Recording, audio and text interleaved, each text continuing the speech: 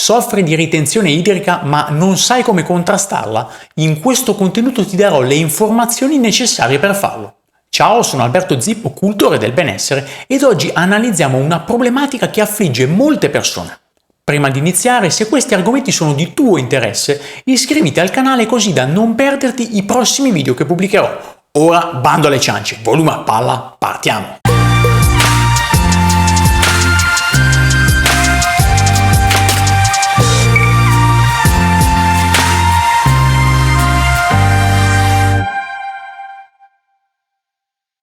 La ritenzione idrica è un disturbo molto diffuso nella nostra popolazione, che colpisce soprattutto le donne. Per ritenzione idrica si intende la tendenza a trattenere liquidi all'interno del corpo. L'accumulo di questi liquidi va a depositarsi solitamente tra addome, glutei e cosce. Può manifestarsi sotto forma di edema o darti l'impressione di essere sovrappeso. Vi sono alcune cause che possono generare ritenzione idrica. Una di queste è appunto essere sovrappeso. Anche un malfunzionamento di fegato e reni, allergie e cambiamenti ormonali come una gravidanza o ciclo possono dare lo stesso effetto. Esistono però alcuni accorgimenti che possiamo applicare per ridurre notevolmente questa condizione. Il primo accorgimento di oggi può sembrare controintuitivo, ma si tratta di bere molto. Bere abbondantemente è una delle soluzioni più efficaci per contrastare la ritenzione idrica. Se beviamo poco, il nostro corpo cerca di trattenere quei pochi liquidi rimasti all'interno, ma li va a collocare nelle aree non idonee. Bere sufficientemente ha effetto drenante, diuretico ed è ovviamente antigonfiore nonché anticellulite. Ovviamente non si tratta di bere bevande zuccherate o gasate. La soluzione migliore, oltre a bere semplicemente dell'acqua, sarebbe quella di prediligere alcune bevande che potenziano gli effetti drenanti dell'acqua. Una delle bevande che amo, ormai lo sai se mi conosci, è l'ibisco. Ne ho parlato diverse volte, anche in video specifici che puoi trovare tutti sul canale. Per questo motivo non mi dilungherò molto. Altre bevande validissime sono le tisane, in particolare quelle di tarassaco, cicoria ed equiseto. Altre piante molto efficaci sono betulla, pilosella, ortica e prezzemolo, quest'ultimo però sconsigliato in gravidanza.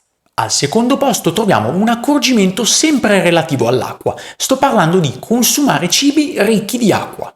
Per drenare i liquidi in eccesso è saggio introdurre il più possibile nelle proprie giornate anche cibi solitamente molto ricchi di acqua.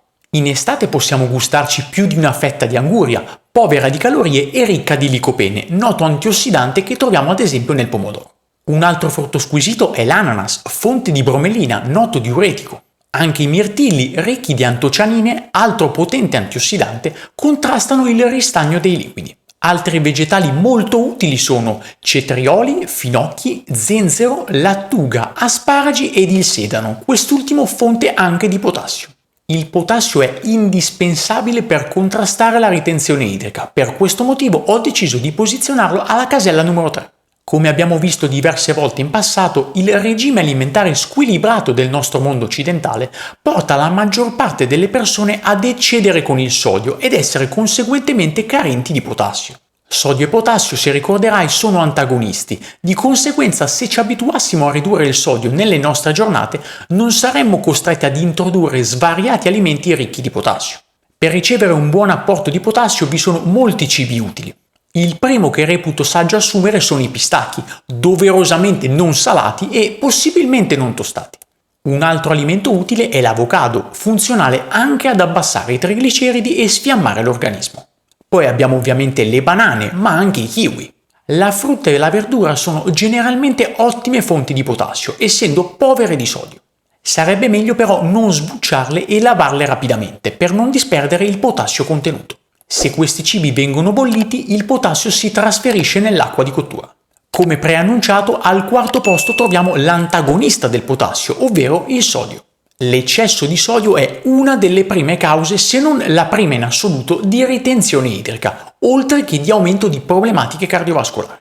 Evitare l'eccesso di sale da cucina, specialmente quello raffinato, è praticamente una scelta obbligata se pensiamo alla nostra salute, specialmente se soffriamo di ritenzione idrica. Il sale integrale, invece, essendo ricco di tutti i minerali, non è dannoso come il solo cloruro di sodio. Il sodio richiama acqua fuori dalle cellule e questo genera ritenzione idrica, facendo incrementare il volume plasmatico, aumentando di conseguenza la pressione sanguigna. L'accorgimento che sarebbe utile da attuare è quello di eliminare tutti i prodotti processati ricchi di sale aggiunto. Il sale aggiunto è ciò che dobbiamo principalmente evitare. Lo troviamo ovunque, in qualsiasi tipo di prodotto processato.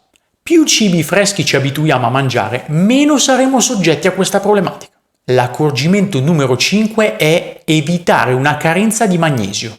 La carenza di questo minerale abbiamo già visto in passato quanto possa essere deleteria per il nostro organismo.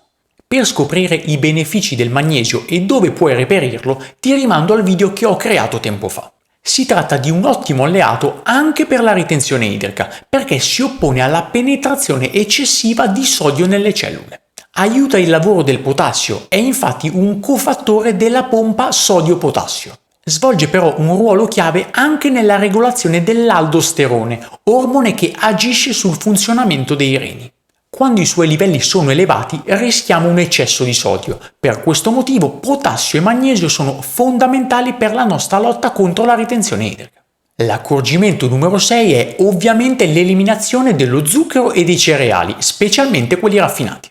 Il ragionamento appena fatto per il sodio vale anche per quanto riguarda lo zucchero e ciò che il nostro corpo interpreta come zucchero. Tutti i prodotti ricchi di zucchero, come quelli processati, ad esempio biscotti, cereali, pane confezionato, bibite e yogurt, sono nefasti per chi soffre di ritenzione idrica. L'accumulo di zucchero in eccesso all'interno del corpo genera lo stesso effetto del sodio. Questo eccesso trattiene acqua all'interno dell'organismo. In aggiunta, i picchi insulinici amplificano il problema, causando inoltre ipertensione. Il consumo eccessivo di zucchero genera inoltre sindrome metabolica ed obesità, strettamente correlate anch'esse alla ritenzione idrica.